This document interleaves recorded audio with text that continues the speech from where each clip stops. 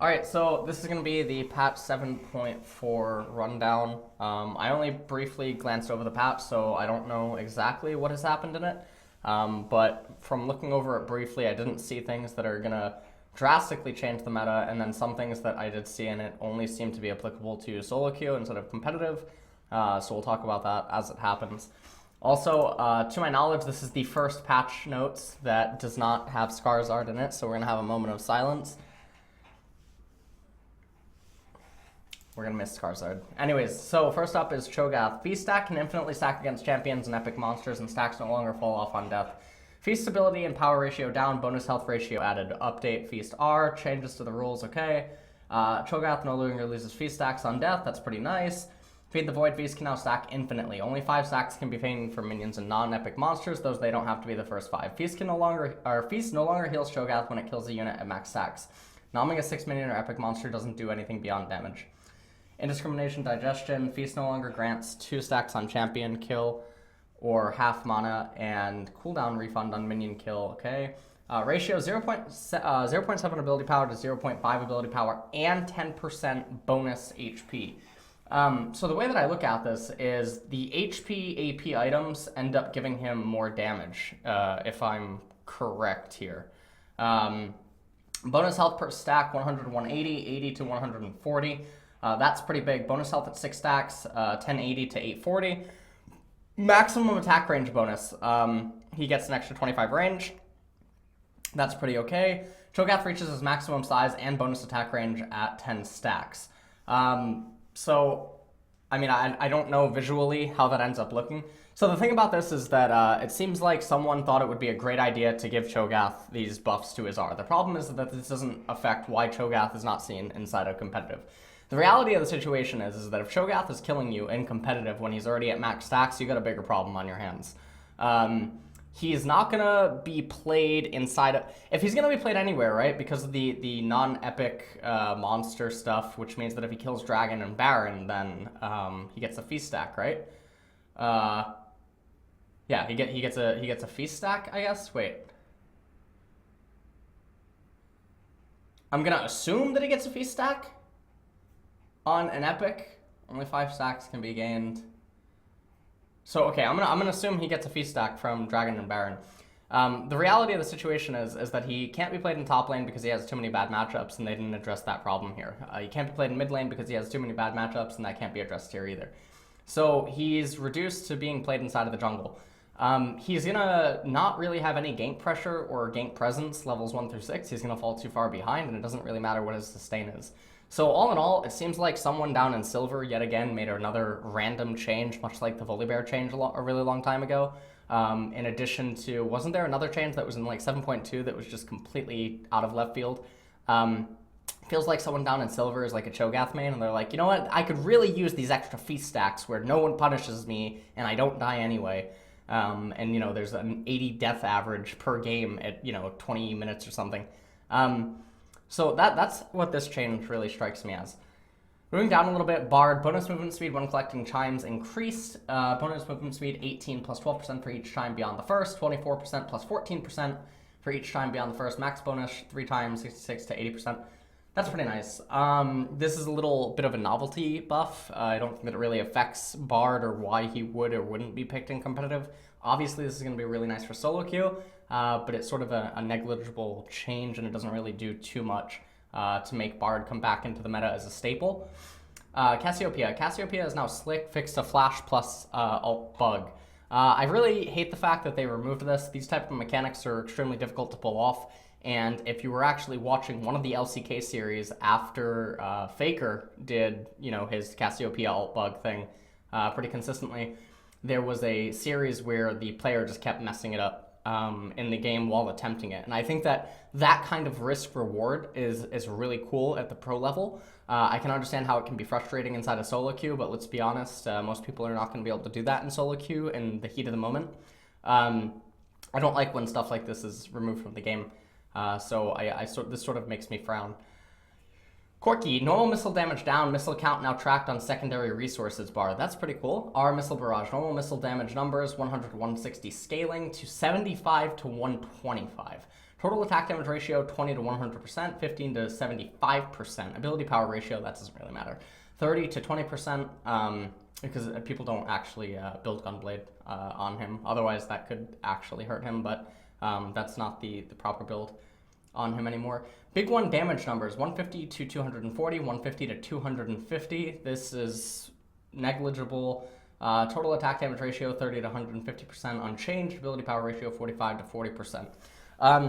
These changes are a little bit problematic for Corki. He's still going to be a lane bully in the matchups that he was a lane bully, but in terms of competitive, the situations where he was picked more so for his poke and for his big one, etc., obviously took a little bit of a hit. I don't think that it's enough to really knock him out of the meta, but it's definitely going to be noticeable.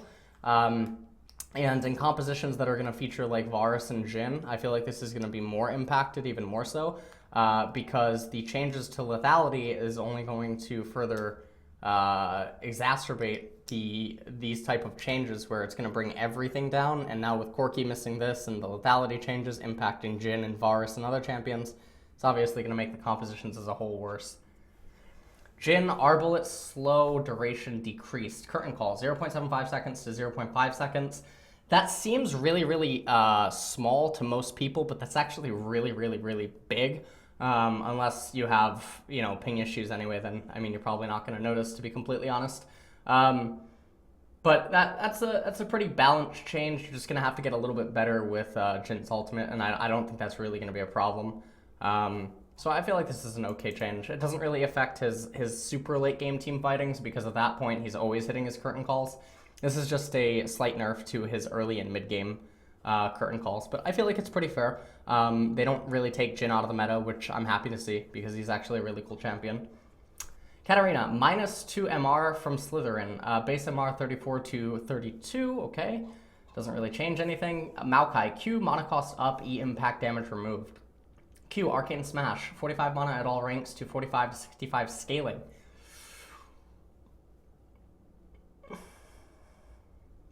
So he's missing about an extra 200 mana late game.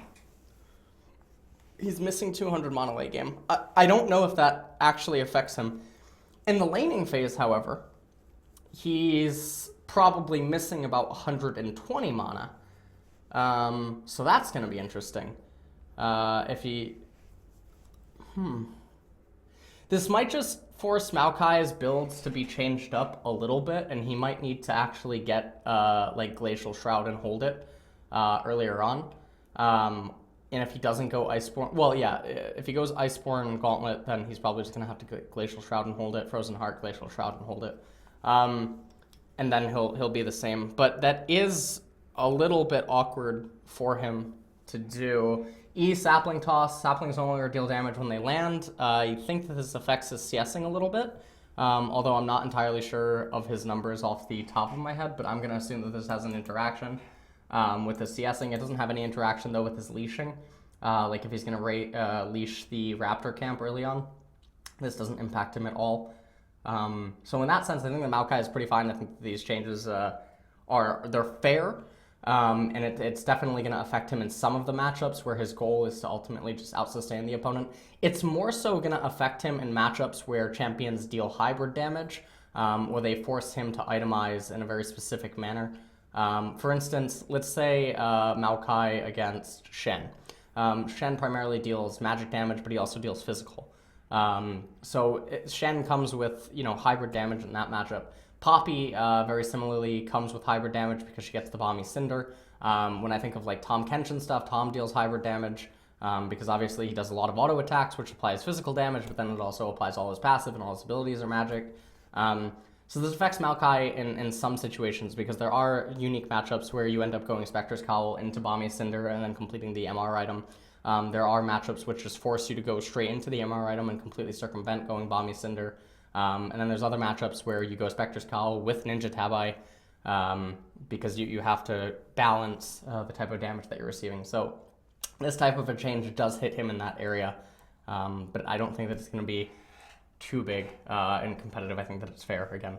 Ryze, Q bonus damage on E targets reduced. E Spellflux, Q bonus damage versus fluxed targets. 40 to 100% to 40 to 80%. This doesn't touch him at all. This is a little bit of a joke. When you do things like arbitrarily just buff Cho'Gath, right, and you do other random stuff to like Bard and Cassiopeia, this was supposed to be the patch where Riot had professional data. Now, maybe they're waiting again until like 7.5, but it doesn't really make sense to me why certain champions have gone completely unscathed, why other types of changes are not being brought to light inside of this patch. I feel like the champion section, because it's about to end now after Ryze, right? Yeah, it's about to end. There are so many other problems right now inside of the game, and they're not being addressed here. And these type of nerfs, because that's what happens again. Yet again, we have another patch where basically everything is a fucking nerf. The only thing that you can say is, oh, well, Cho'Gath got some great routes. Cho'Gath fucking sucks! Doesn't matter if Cho'Gath gets buffs. He has so many other fucking problems. Like, congratulations, you gave the kid morphine. He's still gonna die. Bard is... This doesn't affect his competitive play. This does not affect his solo queue play at the highest levels. Cassio nerfed again. Fucking Corki nerfed again. Fucking Jhin nerfed again. Katarina, Maoki. Let's just fucking nerf everything, because that seems to be the fucking band-aid on the problem. Ryze getting nerfed is a joke, because you can't actually look at this and think this is really a nerf to Ryze. This does not affect him in the slightest in late game. It really just doesn't. Like, for the most part, he's going to be overkilling most targets, in which case this damage reduction is not going to impact him on those targets. And for the other targets, he wasn't going to kill them in that rotation anyway. And I would be very hard-pressed to believe that these type of rotations is going to greatly impact him versus a tank. So for instance, if Ryze's full rotation combo killed a tank in, let's say, 10 cycles or something, or 9, right? Like the full combo, against like a 4500 or a 4600 HP tank with lots of magic resistance, and maybe some sort of sustain like Maoki. I would not personally believe that this change suddenly makes it so that he needs multiple more combos. I just don't see that as being a possibility. Okay, let's go into the items. Armor penetration. There's no denying that lethality builds are overtuned, but the solution isn't as straightforward as revert the buff from 7.2. That buff addressed Lethality's initial problems of being lackluster against squishy targets in the early game, and we want to preserve as much of the correction as possible. The nuanced, rather lack of nuanced, issue we've now faced is that lethality builds are effective against everyone. To address this, we are putting a damper on how efficiently lethality builds pull off in tank busting. Item washing out, okay? Yumu's Ghostblade, lethality down, 20 to 15, okay? Ghostblade granted 20 flat armor penetration, we wanted to avoid shrinking that number during the, okay? Black Cleaver, building out a Kindle Gem instead of Caulfield's Warhammer, health up, attack damage down, so this now what, forces you to go Phage first item, which I guess isn't the end of the world because you should have been going Phage first item anyway. Fun fact, this is basically the version of Black Cleaver we had between patches 5.8 to 5.22, with a few gold numbers moved around. Though the change to Warhammer made sense in the 2016 preseason, a lot of changes about the game since then, the old version's a better fit for where we are today. Phage plus Kindle Gem plus 950 gold, 3,000 gold total, health 300 to 400. This is a buff to some champions. And it's a buff to some solo queue champions, most notably Darius and Garen, like up in the top lane. Attack damage 50 to 40. That's a nerf to some champions, but it's really not going to be too big of a loss that would mean that you don't now build Black Cleaver. One of the things, though, about this is that you probably, this furthermore actually doesn't give incentive to build it on Graves unless you're going to be going for like the top lane lifesteal tanky Graves, which would just be a solo queue variation anyway of the champion. So that doesn't matter. Last Whisper, armor penetration up, attack damage down. Bonus armor penetration 30 to 45%, attack damage 25 to 10. Longsword plus 950 gold, 1,300 gold total still. Lord Dominik's Regard. Lord Dominik draws on an interesting parallel with the Black Cleaver. One scales with enemy health, the other with the enemy armor. There's no right way to itemize against that combination, so to keep Lord Dominik's Regard plus Cleaver from taking over as the new flavor of the month build, we're making Lord Dominik's far less tolerant of Cleaver's bonus health. Fortunately, this should impact champs who are happy to buy Lord Dominik's on its own. Deal 1.5% physical damage per 100 max health now, difference against champions with greater max health than you up to 15%. Maximum health bonus shot throw, 500 max health difference, 1,000 max health difference. This is really, really, really good for certain champions.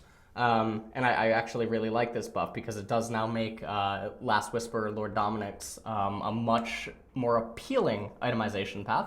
The Giant Slayer deal 1% physical damage per 100 max health difference. against targets with greater max health than you up to 10%. Okay, that's a nice little wind up. Items, Knight's Vow. A support inventory quickly fills up with multiple items like Sightstone, gold item, boots, swords, leaving little room for components. We want supports to feel comfortable building towards Knight Vow, so we're simply simplifying its build path. Crystalline Bracer, Chain Vest, 850 gold, 2300 gold total. Armor, 20 to 40. That's really big. Bonus armor when linked, 40 to 20. That's bad. Tether range, 900 to 1000. That's kind of fair. Okay. I mean, that's just a nice little novelty change. Doesn't really impact too much. Fervor of Battle and Warlord's Bloodlust. Stacks last longer. Stack duration 6 seconds to 8 seconds. That's gigantic. Warlord's Bloodlust 20 to 15%. That's big, but it's not the end of the world. I think that the real change here is the Fervor of Battle. That's definitely going to impact and aid some of the AD carries, but it's also going to affect and aid some of the top laners up in top lane who really benefit from holding on to that Fervor a little bit longer. Most notably, this makes me think of Fiora up in top. So that's really nice. Lower tier mastery tuning. Oh look, we're gonna nerf more damage so people live longer and we have more fucking wet noodle fights because, you know, why punish people for fucking making mistakes? Bounty Hunter. Bonus attack per damage, 1.5 to 1%. Double-edged sword, 5% to 3%. Bonus damage taken, 2.5 to 1.5%. Battle trance, 5% to 3%. Bonus ramps up 5 seconds to 3 seconds.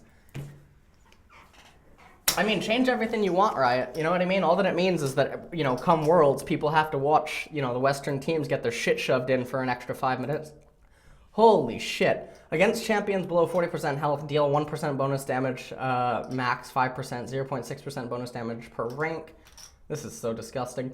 Meditation, this is actually a pretty big change. 0.3 missing mana every 5 seconds per rank, max 1.5. 0.25 missing mana every 5 seconds, max 1.25.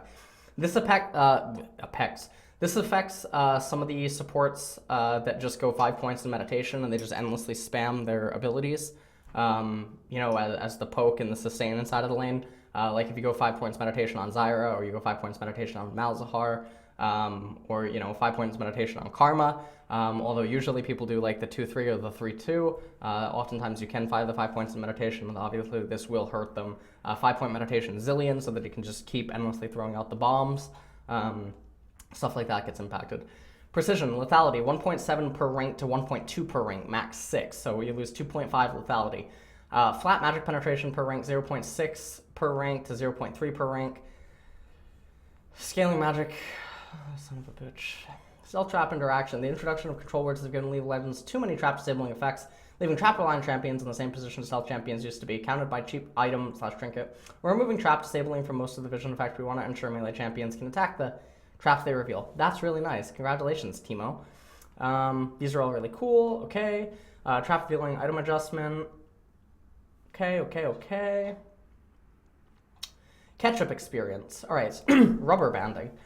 Should they ever fall behind in levels, certain champions, supports, utility junglers, what have you, have an exceedingly difficult time ever catching back up, even if they manage to contribute to their team's success in the face of deficit.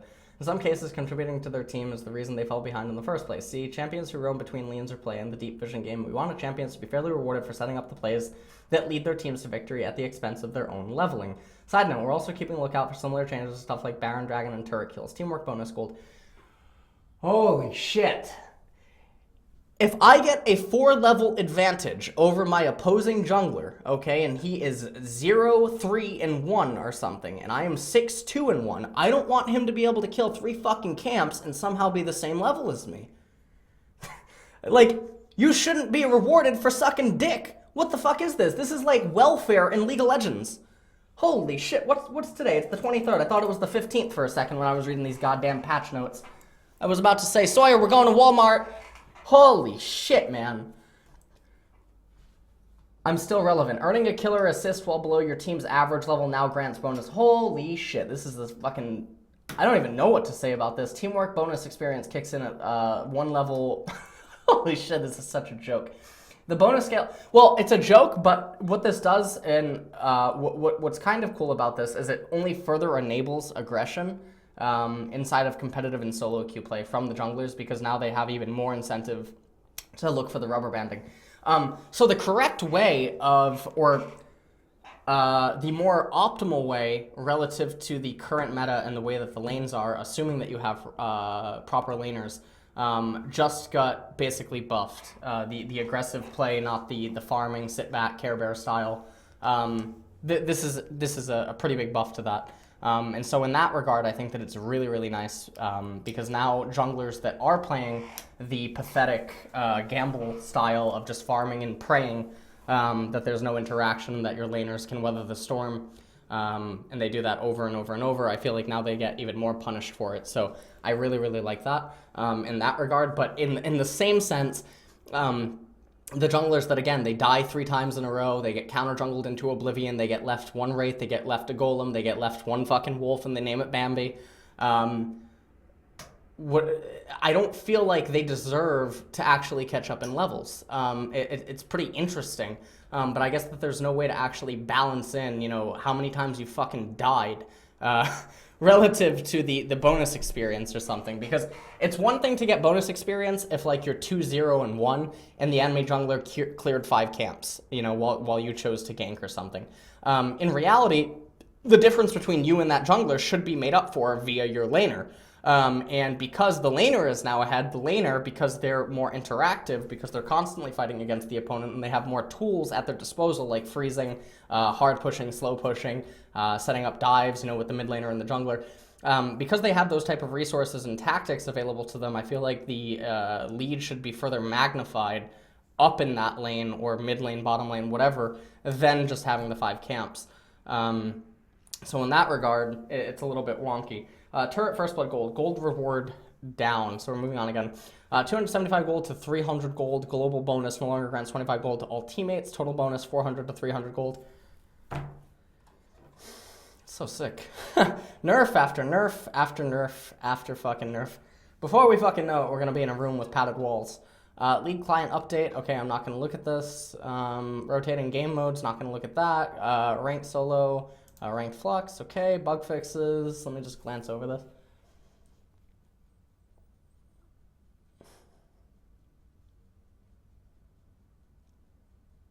There was no Edge of Night nerf. There was no Edge of Night nerf, which is one of the most surprising things. No Edge of Night nerf. Hold on, here's the real fucking cherry on top. Hold on, let me search this in top right. I'm hitting enter. I don't see anything on Leblanc. Where the fuck is Leblanc's changes? Oh, man. Well, you know, we did just nerf LeBlanc last patch. We took out a little bit of her damage in the early game, but even though we know that that doesn't address any of her problems competitively or in a solo queue setting because her mobility is absolutely out of control and she already deals an unnatural amount of damage anyway, and the way that she can itemize is extremely cost efficient against the current lineup of mid lane champions and her interaction with most of the meta junglers, we're not, you know, really feeling too comfortable to address her at this point in time, and we feel like she's in a really great place, but